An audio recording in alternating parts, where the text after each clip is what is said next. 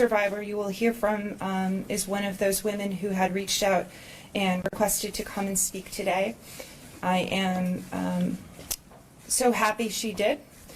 She has previously been publicly identified, however, I will let you know, as I've indicated, she is on the screen. Aly Raisman will be the next survivor you hear from.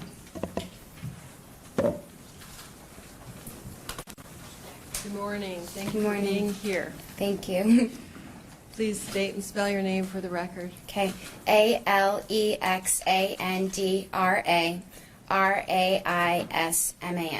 Thank you. What would you like me to know? Your Honor, thank you for the opportunity to make this statement here today. And thank you for providing the time and flexibility for all the other brave survivors to make their statement. Each survivor deserves to be heard equally. I didn't think I would be here today. I was scared and nervous. It wasn't until I started watching the impact statements from the other brave survivors that I realized I too needed to be here. Larry, you do realize now that we, this group of women you so heartlessly abused over such a long period of time, are now a force and you are nothing. The tables have turned, Larry. We are here, we have our voices, and we are not going anywhere. And now, Larry, it's your turn to listen to me. There is no map that shows you the pathway to healing. Realizing that you are a survivor of sexual abuse is really hard to put into words. I cannot adequately capture the level of disgust I feel when I think about how this happened. Larry, you abused the power and trust I and so many others placed in you, and I am not sure I will ever come to terms with how horribly you manipulated and violated me. You were the USA Gymnastics national team doctor, the Michigan States Olympic team doctor.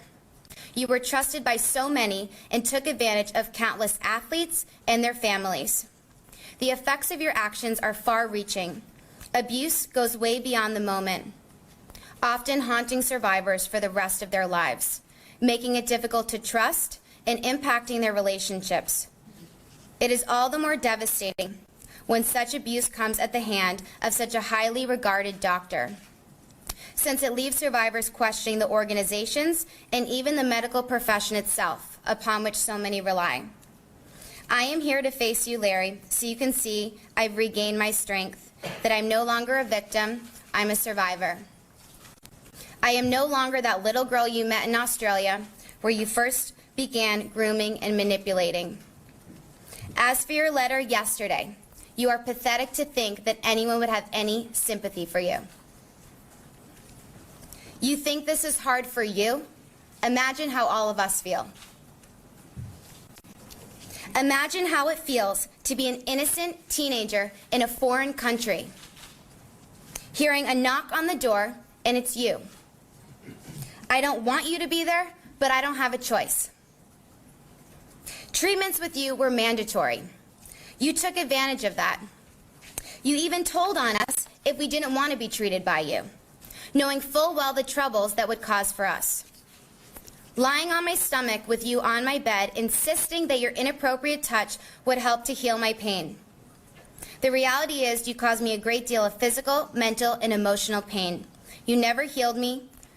You took advantage of our passions and our dreams. You made me uncomfortable, and I thought you were weird. But I felt guilty because you were a doctor, so I assumed I was the problem for thinking badly of you. I wouldn't allow myself to believe that the problem is you. From the time we were little, we are taught to trust doctors. You are so sick, I can't even comprehend how angry I feel when I think of you. You lied to me and manipulated me to think that when you treated me, you were closing your eyes because you had been working hard when you were really touching me, an innocent child, to pleasure yourself.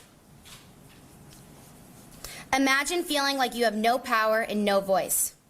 Well, you know what, Larry? I have both power and voice, and I am only beginning to just use them. All these brave women have power, and we will use our voices to make sure you get what you deserve. A life of suffering spent replaying the words delivered by this powerful army of survivors. I am also here to tell you to your face, Larry, that you have not taken gymnastics away from me. I love this sport, and that love is stronger than the evil that resides in you and those who enabled you to hurt many people. You already know you're going away to a place where you won't be able to hurt anybody ever again. But I am here to tell you that I will not rest until every last trace of your influence on this sport has been destroyed like the cancer it is. Your abuse started 30 years ago, but that's just the first reported incident we know of. If over these many years just one adult listened and had the courage and character to act, this tragedy could have been avoided. I and so many others would have never, ever met you. Larry, you should have been locked up a long, long time ago. Fact is, we have no idea how many people you victimized or what was done or not done that allowed you to keep doing it and to get away with it for so long. Over those 30 years, when survivors came forward, adult after adult, many in positions of authority protected you, telling each survivor it was okay, that you weren't abusing them. In fact, many adults had you convince the survivors that they were being dramatic or had been mistaken. This is like being violated all over again. How do you sleep at night? You were decorated by USA Gymnastics and the United States Olympic Committee, both of which put you on advisory boards and committees to come up with policies that would protect athletes from this kind of abuse. You are the person they had, quote, take the lead of athlete care. You are the person they say, quote, provided the foundation for our medical system. I cringe to think that your influence remains in the policies that are supposed to keep athletes safe, that these organizations have for years claimed, quote, state of the art. To believe in the future of gymnastics is to believe in change. But how are we to believe in change when these organizations aren't even willing to acknowledge the problem? It's easy to put out statements talking about how athlete care is the highest priority. But they've been saying that for years, and all the while this nightmare was happening. False assurances from organizations are dangerous, especially when people want so badly to believe them. They make it easier to look away from the problem and enable bad things to continue to happen. And even now, after all that has happened, USA Gymnastics has the nerve to say the very same things it has said all along. Can't you see how disrespectful that is? Can't you see how much that hurts? A few days ago, USA Gymnastics put out a statement attributed to its president and CEO, Carrie Perry, saying she came to listen to the courageous women and said, quote, their powerful voices leave an indelible imprint on me and will impact my decision as president and CEO every day. This sounds great, Miss Perry, but at this point, talk is cheap. You left midway through the day and no one has heard from you or the board. Carrie, I have never met you, and I know you weren't around for most of this, but you accepted the position of President and CEO of USA Gymnastics, and I assume by now you are very well aware of the weighty responsibility you've taken on. Unfortunately, you've taken on an organization that I feel is rotting from the inside, and while this may not be what you thought you were getting into, you will be judged by how you deal with it. A word of advice. Continuing to issue statements of empty promises, thinking that will pacify us, will no longer work. Yesterday, USA Gymnastics announced that it was terminating its lease at the ranch, where so many of us were abused. I am glad that it is no longer a national team training site, but USA Gymnastics neglected to mention that they had athletes training there the day they released the statement. USA Gymnastics, where is the honesty? Where is the transparency? Why must the manipulation continue? Neither USA Gymnastics nor the USOC have reached out to express sympathy or even offer support. Not even to ask, how did this happen? What do you think we can do to help? Why have I and others here probably not heard anything from the leadership at the USOC? Why has the United States Olympic Committee been silent? Why isn't the USOC here right now? Larry was the Olympic doctor, and he molested me at the 2012 London Olympic Games. They say now they applaud those who have spoken out, but it's easy to say that now, when the brave women who started speaking out back then, more than a year after the USOC says they knew about Nassar, they were dismissed. At the 2016 Olympic Games, the president of the USOC said that the USOC would not conduct an investigation and even defended USA Gymnastics as one of the leaders in developing policies to protect athletes. That's the response a courageous woman gets when she speaks out, and when others joined those athletes and began speaking out with more stories of abuse, were they acknowledged? No. It is like being abused all over again. I have represented the United States of America in 2 Olympics and have done so successfully, and both USA Gymnastics and the United States Olympic Committee have been very quick to capitalize and celebrate my success. But did they reach out when I came forward? No. So at this point, talk is worthless to me. We're dealing with real lives in the future of our sport. We need to believe this won't happen again. For this sport to go on, we need to demand real change, and we need to be willing to fight for it. It's clear now that if we leave it up to these organizations, history is likely to repeat itself. To know what changes are needed requires us to understand what exactly happened and why it has happened. This is a painful process, but it's the only way to identify all the factors that contributed to this problem and how they can be avoided in the future. This is the only way to learn from these mistakes and make gymnastics a safer sport. If ever there was a need to fully understand a problem, it is this one right now.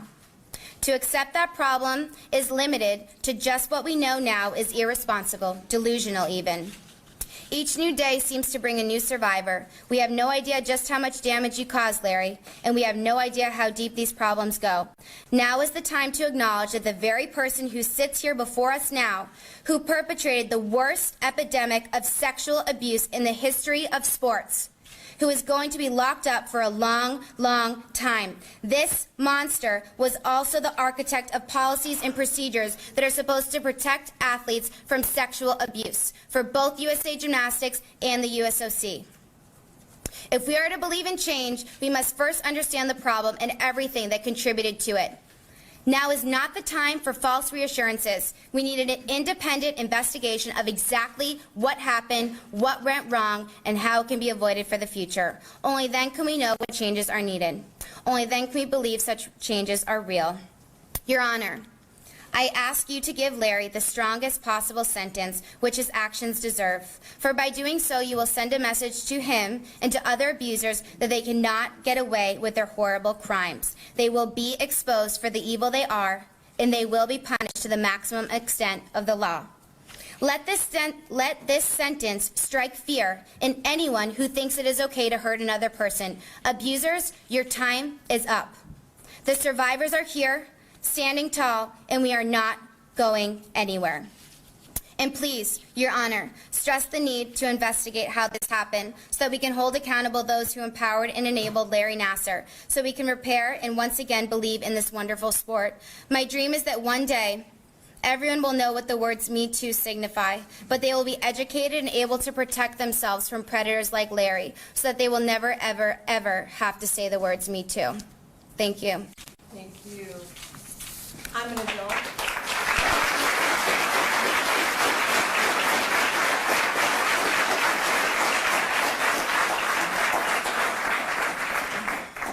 That was well deserved. Thank you.